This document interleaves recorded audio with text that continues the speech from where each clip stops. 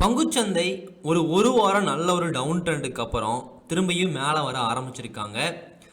இன்னைக்கான மார்க்கெட் வந்து பார்க்குறீங்க அப்படின்னா மதியம் வரைக்கும் நல்ல ஒரு சைட்வேஸில் வந்து இருந்துச்சு. அதுக்கப்புறம் மதியத்துக்கு அப்புறம் பார்க்குறீங்க அப்படின்னா நல்ல ஒரு அப் ட்ரெண்டில் வந்து மேலே வந்து வந்தாங்க. லாஸ் எல்லாமே ஸ்டாக்கில் வந்து ரெக்கவரி ஆகி மேலே வந்து வந்திருக்கு. அதே மாதிரி ஒரு முக்கியமான பிரேக் அவுட்டுமே வந்து நடந்திருக்கு. 1 ஹவரில் நீங்கள் பார்க்குறீங்க அப்படின்னா இந்த இடத்துல வந்து ஒரு ஃப்ளாக் பேட்டர்ன் வந்து ஃபார்ம் ஆயிருக்குங்க. இந்த மாதிரி நல்லா வந்து மேலே வந்துட்டு நல்ல ஒரு முக்கியமான இடம் பிரேக் அவுட் பண்ணுச்சு. நிறைய ஸ்டாக்ல வந்து பிரேக் அவுட் பண்ணுச்சு. நிஃப்டி, பேங்க் நிஃப்டி எல்லாத்துலேயுமே மேலே வந்து பிரேக் அவுட் வந்து பண்ணுச்சு. பேங்க் நிஃப்டி வந்து புதிய உச்சத்துக்கே வந்து போச்சு. அதுக்கப்புறம் ஒரு வாரம் பார்க்குறீங்க அப்படின்னா நல்ல ஒரு டவுன் ட்ரெண்டில் இந்த இடத்துல வந்து கீழே வந்து இருந்தாங்க. அந்த டவுன் ட்ரெண்டை வந்து ஈஸியாக வந்து கண்டுபிடிக்க முடிஞ்சிருக்கு. இங்கே வந்து பார்க்குறீங்க அப்படின்னா தெளிவாக வந்து தெரியுது இந்த ஒரு இடத்த வந்து மார்க்கெட் வந்து ரெஸ்பெக்ட் வந்து பண்ணியிருக்கு. ஒரு 3 டச்சு வந்து எடுத்திருக்கு. ஸோ கண்டிப்பாக இந்த இடத்துல வந்து ஒரு பிளே வந்து நடக்குது. 3 டச் வந்து எடுத்திருக்கு இல்லையா, அதனால் கீழேயே வந்து பார்க்குறீங்க அப்படின்னா அதே மாதிரி இந்த இடத்துல இருந்து ஒரு 3 டச் 4 டச் வந்து இருக்குது. அதுக்கப்புறம் தான் இந்த இடத்துல வந்து பிரேக் அவுட் வந்து பண்ணியிருக்காங்க. அப்படிங்கிறதுனால நல்ல ஒரு பிரேக் அவுட் தான் இது, சரிங்களா? ஸோ ஒரு ஃப்ளாக் பேட்டர்ன் பிரேக் அவுட் வந்து நடந்திருக்கு. நிஃப்டி, பேங்க் நிஃப்டி, சென்செக்ஸ் மீண்டும் புதிய உச்சத்துக்கு வந்து போகுமா? நல்ல ஒரு பிரேக் அவுட் ஆகிது. நாளைக்கு எப்படி ட்ரேட் வந்து பண்றது, நாளைக்கு முக்கியமான பாயிண்ட்லாம் எதுன்னு சொல்லிட்டு பார்க்கலாம். எனக்கு தெரிஞ்சது ஜூலை மந்த் நல்ல ஒரு அப் ட்ரெண்டா இருக்கலாம் இனி வரக்கூடிய நாட்கள். ஸோ எது முக்கியமான பாயிண்ட்னு சொல்லி நம்ம பார்க்கலாங்க. அதே மாதிரி நீங்கள் என்ன ட்ரேடிங் கற்றுக்கணும்னு ஆசைப்படுறீங்க அப்படின்னா நான் ட்ரேடிங்காக கோர்ஸ் எடுக்கிறது, கால்ஸ் கொடுக்கறது, குரூப் அந்த மாதிரி எதுவுமே எனக்கு கிடையாதுங்க. நான் ஒரு 5 புத்தகம் எழுதியிருக்கேன். 6வது புத்தகம் எழுதிக்கிட்டு இருக்கேன். ஃபஸ்ட்டு 3 புத்தகம் வந்து பார்க்குறீங்க அப்படின்னா ஆசான் பாகம் 1, பாகம் 2, பாகம் 3. ஒரு ஆசானுடைய வேலை என்னங்க? தன்னுடைய மாணவனை சரியான வழியில் வந்து போக வைக்கிறது, அவனை ஒரு வெற்றியாளனாக மாற்றுறது. அந்த ஒரு வேலையை தான் இந்த ஒரு ஆசான் புத்தகம் வந்து செய்யுங்க. அதை படிக்கும் போது நீங்களே வந்து ஃபீல் பண்ணுவீங்க. இது ஷேர் மார்க்கெட்டிங் ஆசான் அப்படிங்கிறனால பங்குச்சந்தையை பற்றியுமே முழுமையாக வந்து சொல்லிக் கொடுக்கப்பட்டிருக்கும். ஆசான் பாகம் 1ல் வந்து பேசிக்ஸ் வந்து ஸ்ட்ராங்காக வந்து சொல்லிக் கொடுக்கப்பட்டிருக்கும். உங்களுக்கு புத்தகம் படிக்கிற பழக்கம் வந்து இல்லை அப்படின்னாலும் இந்த புத்தகத்தை வந்து ஃபுல்லாக வந்து படித்து முடிப்பீங்க. இந்த புக்கை நீங்கள் ஃபுல்லாக படித்து முடிச்சதுக்கப்புறம் ஒரு 1000 புக்கையாச்சும் படிப்பீங்க. புத்தகம் படிக்கிறதுக்கு ஒரு இன்ட்ரெஸ்ட் வந்து கண்டிப்பாக வரும் இந்த புத்தகத்தை படித்து முடிச்சதுக்கப்புறம். அதே மாதிரி ஆசான் பாகம் 2ல் வந்து பார்க்குறீங்க அப்படின்னா அட்வான்ஸான ஸ்ட்ராட்டஜி எல்லாமே சொல்லிக் கொடுக்கப்பட்டிருக்கும். முக்கியமாக ஆசான் பாகம் 2 வந்து ஸ்ட்ராட்டஜிக்காக தான். ஆப்ஷன் பையிங்கான ஸ்ட்ராட்டஜி, செல்லிங்கான ஸ்ட்ராட்டஜி, ஸ்விங் ட்ரேடிங்கான ஸ்ட்ராட்டஜின்னு சொல்லிட்டு எல்லா ஸ்ட்ராட்டஜியை பற்றியுமே இந்த புக்கில் வந்து நீங்கள் கற்றுக்கலாம்.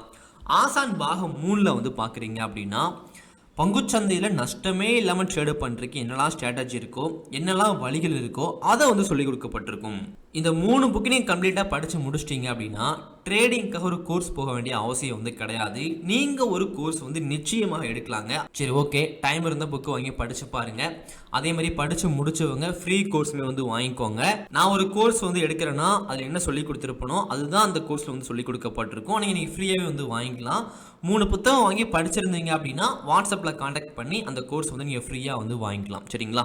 ஓகே, இப்போ நிஃப்டியில் வந்து பார்த்துடலாம். நிஃப்டியில் நான் சொன்ன மாதிரி இந்த மாதிரி ஒரு பேட்டர்ன் வந்து ஃபார்ம் ஆயிருக்குங்க. ஒன் டேயில் வந்து பார்க்குறீங்க அப்படின்னா பேட்டர்ன் வந்து கண்ணுக்கு வந்து தெரியாது இல்லையா? ஒன் டேயில் வந்து சும்மா கீழே வந்துட்டு மேலே போகிற மாதிரி தான் தெரியும். So one day time frame பொறுத்த வரைக்கும் பங்குச்சந்தை மேலே வந்து போகணும் அப்படின்னா நீங்கள் லாங் டைமில் வந்து இன்வெஸ்ட் பண்ண போகிறீங்க, நிஃப்டியை வச்சு நிஃப்டி 50 ஸ்டாக்லாம் வந்து இன்வெஸ்ட் பண்ண போகிறீங்க அப்படின்னா 25,650 முதல்ல பிரேக் அவுட் வந்து பண்ணணும். அது பிரேக் அவுட் பண்ணால் மட்டும்தான் நிஃப்டியோட உச்சம் இருக்கு இல்லையா, இந்த ஒரு பாயிண்ட் இருக்கு இல்லையா 26,260 அந்த பாயிண்ட் வரைக்கும் வந்து பங்குச்சந்தை வந்து போகலாம். அதே மாதிரி மந்த்லி டைம் ஃப்ரேமில் வந்து பார்க்குறீங்க அப்படின்னா பங்குச்சந்தை கீழே போனாலும் ஒரு 5 மாதம் 1 வருஷம் கீழே வந்து போனாலும் சைட்வேஸில் வந்து இருந்தாலும் அது இது வரைக்கும் டவுனில் வந்து இருந்ததே கிடையாது. ஒவ்வொரு வருடமும் மேலே மட்டும்தான் வந்திருக்குது.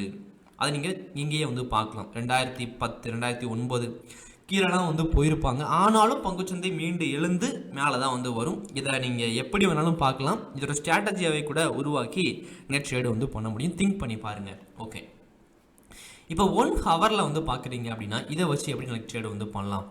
முக்கியமான ப்ரீவியஸ் கைங்க 25,560.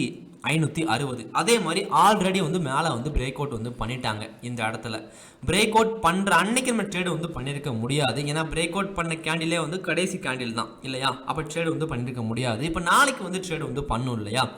25,560 மேலே வந்து பங்குச்சந்தை பிரேக் அவுட் வந்து பண்ணுது அப்படின்னா நிஃப்டி வந்து மேலே வந்து போகலாம். அதே மாதிரி கீழே வந்து பிரேக் அவுட் பண்ணுறாங்க அப்படின்னா இந்த ஒரு பாயிண்ட் 25,410ங்க. இதை கீழே வந்து பிரேக் அவுட் வந்து பண்ணுறாங்கன்னா நிஃப்டி வந்து கீழே வந்து வரலாம். அப்படியே 5 மினிட்டில் பார்த்துடலாம். 5 மினிட்டில் 25,560 மேலே வந்து பிரேக் அவுட் வந்து பண்ணுறாங்கன்னா நிஃப்டி வந்து மேலே வந்து போகலாம். அதுவே கீழே வந்து பிரேக் அவுட் வந்து பண்ணுறாங்கன்னா நல்ல ஒரு பாயிண்ட்டுங்க. பார்த்த உடனே தெரியுது, எஸ் இந்த ஒரு பாயிண்ட் வந்து பங்குச்சந்தை ரெஸ்பெக்ட் வந்து பண்ணும். நல்ல ஒரு பிரேக் அவுட் நடக்க போகுது. ஈஸியாக ஒரு ப்ராஃபிட் வந்து புக் பண்ண முடியும். டெய்லி வந்து 10 ட்ரேட்லாம் வந்து பண்ணாதீங்க. ஒரு நாளைக்கு ஒரு ட்ரேடு மட்டும் பண்ணுங்கள். ஒரு மாதமே நீங்கள் ஒரு 10லேருந்து 15 ட்ரேடுக்குள்ளே தான் பண்ணியிருப்பீங்க. அதுவே அதிகம் தான்.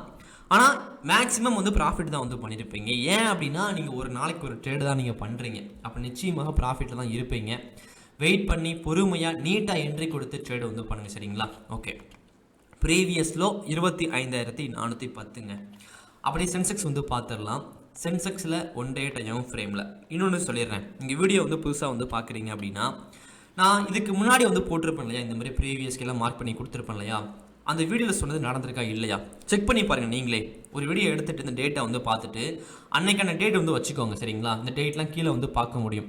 ட்ரேடிங் வியூவில் வந்து பார்க்குறீங்க அப்படின்னா டேட் வந்து கீழே வந்து இருக்கும். June 4 இந்த மாதிரிலாம் இருக்கும். May 28 இந்த மாதிரிலாம் இருக்கும். அந்த டேவை எடுத்துக்கிட்டு அதை மார்க் பண்ணி வச்சுட்டு, இந்த மாதிரி மார்க் பண்ணி வச்சுட்டு அந்த டேயில் 5 மினிட் வச்சுட்டு அதை தேடி போய் பாருங்கள்.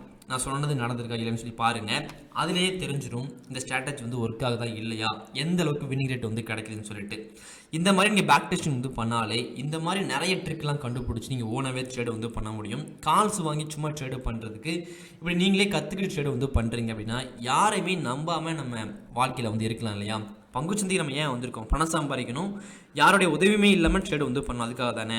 ஸோ எந்த அளவுக்கு வேகமாக கற்றுக்க முடியுமோ அந்த அளவுக்கு வேகமாக வந்து பங்குச்சந்தையை வந்து நீங்களாக ஓனாக வந்து கற்றுக்க வந்து பாருங்கள். ஓனாக வந்து ட்ரேடு வந்து பண்ண பாருங்கள். யூடியூப்பில் வந்து நிறைய வீடியோஸ் வந்து பார்க்கலாம். பார்த்து நிறைய விஷயங்கள் கற்றுக்கிட்டு அதை வச்சு ட்ரேடு வந்து பண்ணுங்கள். சரிங்களா? ஓகேங்க. இப்போ சென்செக்ஸில் 1 ஹவரில் வந்து நீங்கள் பார்க்குறீங்க அப்படின்னா முக்கியமான ப்ரீவியஸ் கை இந்த ஒரு பாயிண்ட் தான் இல்லையா? நல்ல ஒரு ப்ரீவியஸ் கை தாங்க. 83,820. இதை 1 ஹவரில் ஸ்ட்ராங்காக வந்து பிரேக் அவுட் வந்து பண்ணுறாங்கன்னா, ஸ்ட்ராங்காக பிரேக் அவுட் வந்து பண்ணுறாங்க அப்படின்னா சென்செக்ஸ் மீண்டும் மேலே வந்து போகலாம். நல்ல ஒரு அப் ட்ரெண்டுக்கே மீண்டும் சென்செக்ஸ் வந்து போகலாம். சரிங்களா? சென்செக்ஸோட உச்சம் இங்கே இருக்குது. இங்கே பிரேக் அவுட் வந்து பண்ணுதுன்னா நல்ல ஒரு பிரேக் அவுட்டாக இருக்கும். இன்னும் ஆல்ரெடி வந்து இங்கே பிரேக் அவுட் வந்து பண்ணிட்டாங்க. நீங்கள் ஓனாக வந்து அனலைஸ் பண்ணிவிட்டு அதுக்கப்புறம் ட்ரேடு வந்து பண்ணுங்கள். ஓகே. 5 மினிட் வந்து பார்க்குறீங்க அப்படின்னா 5 மினிட்டில் முக்கியமான ப்ரீவியஸ் கை 83,820ங்க. இது மேலே வந்து பிரேக் அவுட் வந்து பண்ணுறான்னா சென்செக்ஸ் மேலே வந்து போகலாம். அதுவே கீழே வந்து பிரேக் அவுட் வந்து பண்ணுறாங்க அப்படின்னா நிஃப்டியில் இந்த இடத்துல நம்ம வரைஞ்சோம். இது ஈஸியாக இருந்துச்சு வரைகிறதுக்கு. சென்செக்ஸில் பார்த்தீங்க அப்படின்னா ஓகே வரைய முடியும் தான், எந்த பிரச்சனையும் இல்லை. ப்ரீவியஸ் லோ 83,290ங்க. இதை கீழே வந்து பிரேக் அவுட் வந்து பண்ணுறாங்கன்னா சென்செக்ஸ் கீழே வந்து வரலாம். பேங்க் நிஃப்டி வந்து பார்க்குறீங்க அப்படின்னா 1 டேயில் வந்து முக்கியமான பாயிண்ட்டு இதான் ஆல் டைம் ஹை தான். பேங்க் நிஃப்டியோட ஆல் டைம் ஹை. அதே மாதிரி ப்ரீவியஸ் லோ இங்கே இருக்குது. அப்படியே 1 ஹவர் நீங்கள் பார்க்குறீங்க அப்படின்னா 1 ஹவரில் முக்கியமான point already bank Nifty break out வந்து பண்ணியிருக்காங்க இந்த இடத்துல. அப்படிங்கிறனால இந்த ஒரு பாயிண்ட் தான் நம்ம கொடுத்தாகணும் நாளைக்குமே. ப்ரீவியஸ் ஹை வந்து பார்க்குறீங்க அப்படின்னா 57,290. அதே மாதிரி முக்கியமான ப்ரீவியஸ் லோ 56,860ங்க. இது மேலே வந்து பிரேக் அவுட் வந்து பண்ணுறேன்னா பேங்க் நிஃப்டி மேலே வந்து போகலாம். அதுவே கீழே வந்து பிரேக் அவுட் வந்து பண்ணுறேன்னா பேங்க் நிஃப்டி கீழே வந்து வரலாம். 5 மினிட்டில் வந்து பார்க்குறீங்க அப்படின்னா 5 மினிட்டில் 57,290 மேலே வந்து பிரேக் அவுட் வந்து பண்ணுறேன்னா பேங்க் நிஃப்டி மேலே வந்து போகலாம். அதுவே கீழே வந்து பிரேக் அவுட் வந்து பண்ணுறாங்க அப்படின்னா 56,850 கீழே வந்து பிரேக் அவுட் வந்து பண்ணும்போது பேங்க் நிஃப்டி கீழே வந்து வரலாம். ரொம்ப ரொம்ப கவனமாக சேஃபாக வந்து ட்ரேடு வந்து பண்ணுங்கள். ஒவ்வொரு நாளும் ட்ரேடு பண்ணும்போது இது மனசில் வந்து வச்சுக்கணுங்க. நம்ம ட்ரேடு பண்ணுறதுக்காக பங்குச்சந்தைகளை வரல, நிறைய ட்ரேடு பண்ணுறதுக்காக நம்ம வரல. பங்குச்சந்தையில் பணம் சம்பாதிக்க வந்திருக்கோம். அதற்கான வேலையை நம்ம கரெக்டாக வந்து பார்த்தாலே போதும், பணம் வந்து சம்பாதிக்க முடியும். ட்ரேடு நிறைய பண்ணணும் அப்படிங்கிற அவசியமே வந்து கிடையாதுங்க. இதில் ஈஸியாக பணம் வந்து சம்பாதிக்க முடியும். நிறைய பேர் திறமையை காட்ட போகிறேன், நான் 10,000 வச்சு 1,00,000 சம்பாதிக்க போகிறேன் இப்படின்னு நினைப்பாங்க. அதனால தான் பங்குச்சந்தையில் வந்து லாஸ் வந்து வருது. அப்படின்னு நினைக்காதீங்க. பங்குச்சந்தையில் பணம் வந்து சம்பாதிக்க முடியும். கொஞ்சம் சரியாக வந்து கற்றுக்கிட்டு அதுக்கப்புறம் ட்ரேடு வந்து பண்ணணும். ஸோ அதை வந்து பண்ண பாருங்கள். அடுத்த வீடியோவில் பார்க்கலாம். தேங்க்யூ.